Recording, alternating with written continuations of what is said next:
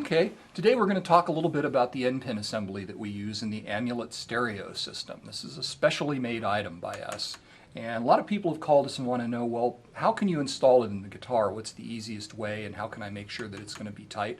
And what tools do I use? Now, typically, end pins, there's a bunch of companies that make different end pins, and they have a cable that comes out of the back when it's soldered on, and they make a special tool to tighten these. The tool looks something like this. It's a ratchet driver of some sort, and they're usually specially machined. What they'll do is they'll cut a slot up the side here and make it enlarged. And they're expensive. Typically, if you're going to buy one of these, I don't know, they're anywhere from 20 or 30 bucks, maybe up to 50 bucks. And since it's a specially machined item, it's hard to find. And be honest with yourself. If you bought one of these, how many times are you going to use it? Now, if you're in the business and you're doing installations for people, then it might be worthwhile. What we thought is, how can we make our end pin in such a way that the customer can install it easily with simple hand tools? So we get rid of this guy. And what we do is we have a setup where you can use a standard deep socket. I think they call it a deep well socket. You can buy them at any hardware store. Sears carries them. In fact, I was in Sears today and I noticed that they sell for $4.99. So you can buy one probably at any Sears across the country. This one's a Craftsman. You can see that it's a 9/16. Here, I'll turn it the right way. You can see that they've got that embossed into the barrel there. And it's fairly long, so it has an opening here. And the cool thing is it will fit over this and tighten the nut. But the cable's in the way. So what do we do about that? Well, the end pin is actually two pieces. Now when it's screwed together, it looks like it's one piece. You see, it looks like it's one piece of machined brass here, nicely chrome plated. But it's actually two pieces. There's a connector, this part up here, that's screwed into this. And you can unscrew it. If it's screwed tight, an easy way to do that is to take your cable that comes with the system. This is the mating connector that plugs into there, and you can kind of use it as a little wrench. What you do is you plug it in, and you can actually use it to untighten this. Turn it a little bit. Once you got it going, you can unplug that. Now I'll take the cable and just turn this slowly here, and you can see, I'll turn it sideways so you get a good look at it, you can see that I'm unscrewing the connector goes into this. When it's unscrewed, we now have two pieces here. We've got the connector and we've got the machined piece of end pin that goes into your guitar. And this is a little connector on the other end that plugs into your Amulet system into the back of the preamp, like so. And it's designed, when we designed the cable, we made it so that it doesn't pull through. You'll notice that the connector is actually bigger than the hole that's in the end pin. That's on purpose. So this is a captive cable and it's not going to come through. But when this is pulled all the way down, hey, now this deep well socket fits right over here and is able to tighten up this nut. So now we have a way to tighten this using a standard tool that you can buy anywhere very cheaply. You may even have one in your socket set at home. If you go look now, open up that case and take a look, there may be a 9/16 inch deep well socket in there right now. So there's the tool that we need to tighten this up. Now you couple this with typical ratchet, and I use a small extension, like I think this is a 3 or a 4 inch extension, and it fits onto the guy. And now I've got a tool with a short-handled ratchet that will go inside the guitar and allow you to tighten up that end pin that's in there. And we'll show you how to do that. Okay, so here we've got a nice close-up of the connector itself. Now if you look closely up at the top here, you can see there's a dark stripe. What that is it's actually a key that's cut into the connector. It's a recess. There, that's a pretty good look at it. You can see it's a slot that's cut into the top. And the function of that is it works in conjunction with the plug that plugs in. Now you see at the top of this plug there's like a little strip of metal there. That's the locking mechanism. It slides into the connector. And there's a little lock. You can see these little tangs that move up and down when I push on the button. They lock the connector into place. Very pro connection. Now the reason it's keyed is to allow this to only plug in one way, and this does a couple things. It keeps you, one, from plugging wrong pins in so that things don't get out of sync and connected improperly. The other thing is it keeps the plug from being able to be pushed in and bending any of the pins. It's not going to let that connector slide in until the key matches this little tang on the top here. So you can see if we turn it sideways, once it matches, it slides right in there. You can unplug it. If it's not matched, there's no way it's going to plug in. There's no way you can damage any of the pins, and nothing gets connected wrong. So once we get everything lined up, keys and slides right in. Okay, so we've got our connector here, and when you get ready to install it in the guitar so that you know where the key is, I found it's very helpful to mark the end pin itself, make a little line on it. You can use a standard Sharpie, available everywhere. And the cool thing about this is you can actually draw on the metal here of the connector, and since it's all polished and chromed, it wipes off easily once you're done and you decide that you want to take it off of there. So what I'll do is I'll take the Sharpie and I'll mark where the key is and draw a little line here and over here so that you've got an easy way to see exactly where it's sitting up on the thing when you plug it in.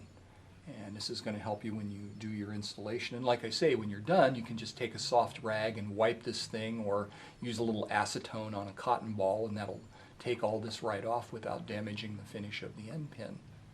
So now we're going to take this and put it in the guitar, and I'll show you why this is so important. Okay, now we're going to show you how the end pin goes into the guitar. So this is Emmylou, this is our test guitar here, and shows you how the construction of the guitar looks inside and how we're going to put things in. Here's our end pin, and this has already been marked to show where the key for the indexing is for the cable.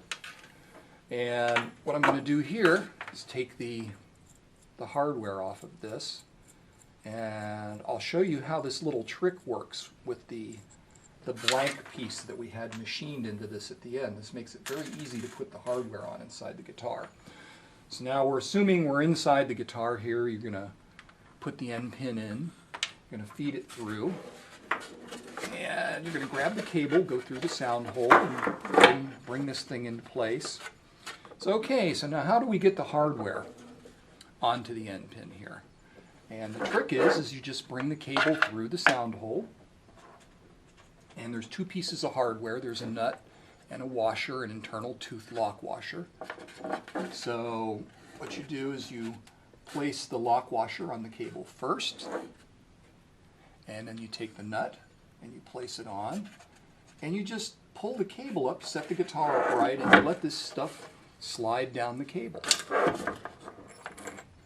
And you'll notice that it goes down, and with a little bit of encouragement here, you notice how everything just kind of sits right on top of the nut. This allows, you can go in, you can take your finger and you can just begin to turn the nut like that. Because it's got all this blank space, the nut will go down, it's going to start threading itself onto here. You don't have to try and get it to thread, it just kind of falls into place. And you can take your finger and just kind of work the nut down like that.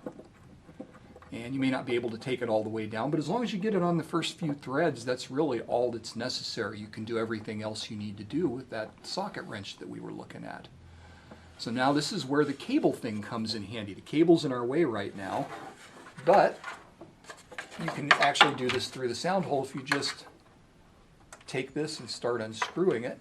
You can spin the cable, or you can use your cable and plug it in here and unscrew it. But basically, you just, once you got the thing threaded, you just pull the cable through like that. And remember, we were talking about it. You see, it's out of the way now, and we're ready to use our socket wrench. And that can go over there, and now you can tighten the end pin and tighten it right into position. So you come in through the sound hole like this, and if you have a very small sound hole, or if your arms are particularly large, you can use a longer extension, so you only have to go in here, or you can bribe your kids to come and help you. You know, a child's arm works in this very well, goes right down, and it's a wonderful thing. So once, all you have to do is kind of move around, you find out where the thing is, you can sort of feel it, and you get the socket over it like that. And you can actually turn the outside of this here. So once it's over, you can take and turn the end pin here, And since the socket is sitting on top of it and keeping the nut from turning, you can just thread this right on up. And so on and so forth until you feel the thing get tight. There we go. Now if you look and see we've got the nut tightened all the way down there. Now once you've got it snug a little bit, you want to pay attention to the indexing on there. Like we were talking about before, you want to make sure that when you plug the cable in, it lines up correctly. Now if you're a right-handed guitar player, that means your guitar is going to be sitting in your lap over this way, and you want to make sure that the index is pointing up as the guitar sits in your lap. So where you've made your little mark on the end pin, you want to kind of rotate that when it's snug, but not tight, and make sure that you rotate it so that the little index that you put on here is pointing up. Once you've got that lined up correctly, then you can come back in here with your socket wrench through the sound hole, like so, and you can tighten it up a little more. You can hold it outside here, and if you crank this slowly, what that does is it gives the nut a chance to kind of bite into the wood and lock. Now it's still going to turn a little bit, so what I'll tend to do is I'll turn this so it's, it's rotating clockwise as you're tightening this thing up. It's rotating this way. So you set the index so it's behind there. Maybe it's over this way some, and as it tightens it, it slowly creeps up to the point where you want it to be.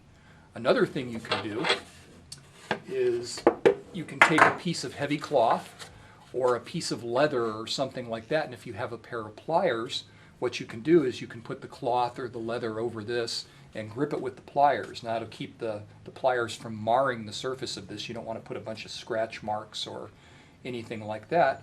And you can hold the end pin very tightly while you come in and do the final adjustment. But ideally what you want to do is make sure that the thing is tight, and that when it's tight, your index is lined up properly.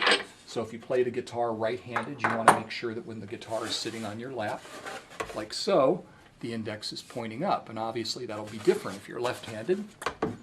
And you want to make sure that the index is pointing up this way when it's sitting in your lap. And that will allow you to easily plug and unplug the cable when you go to plug it in, because the index is going to be right where your hand wants to go naturally. So once you've got the unit snugged up, what you want to do is set your index mark correctly. Make sure that it's pointing up on the proper way that you're going to hold your guitar. If you're left-handed, the guitar is going to be one way, and make sure it's pointing up. If you're right-handed, it'll be pointing the other way. Now, once you've got it snugged up a little bit and you get your index aligned, you can come in with your tool here basically and find out where it's at. You can fit it over here, and you can tighten it up. Now, you can see as you tighten this, it's going to start to rotate that a little bit. You can see it here right in the picture. If I'm tightening this, it's going to turn that from where I had it sitting. There's a couple things you can do. One is if you turn it slowly while you're holding it out here, that gives the lock washer a chance to sort of lock into the wood, and that will slow down the rotation of the thing. You can take that into account too. You can take the mark that you've made, and as you can see, as I turn this way, it's rotating clockwise. It's rotating this way. So if I take the index and I turn it counterclockwise away, then as I'm tightening this, the index is slowly coming up into the place where I want it, and the nut is getting tightened at the same time. Another thing you can do is you can take a piece of heavy cloth, or a piece of leather works well, and a pair of pliers, and you can grip this with a pair of pliers. Now the cloth or the leather will keep you from marring the surface, the lovely chromed surface of your end pin here, and also, possibly from marring the outside of the guitar here if you get too zealous with the thing. But you can grab this and hold it. Once you've got this kind of tightened and in the place where you want it, you can grip it with the pliers and keep it from turning at all. Then you can get in here and you can really crank down, make sure that you've got a nice tight connection, and bring this out. Now once you've done that, you can take the cable, reach in through the hole, or you can push the cable from the outside this way. But you bring the thing back, and you can actually spin the cable, and this will rotate right back into place. And then if you want, you can give it a little tightening using the the cable that plugs into it, this guy here. This makes a great little wrench. So you line it up and tighten it. Not a lot, just enough to make it snug. Take this out, and now your end pin is in place, and it's been installed without using any unusual tools or costly one-off items that you might have to buy. And you're ready to proceed with the rest of your installation. Now, with the cable held in your hand correctly, if the index is set properly on this, all you have to do is bring the cable up and it'll plug right in. This makes it very easy. You can do this in the dark on a darkened stage, and it's going to be the same every time. So when you install this, be sure that you set the index, mark it, and set it correctly on the guitar once you've tightened it down. And that'll provide a long life of trouble-free service.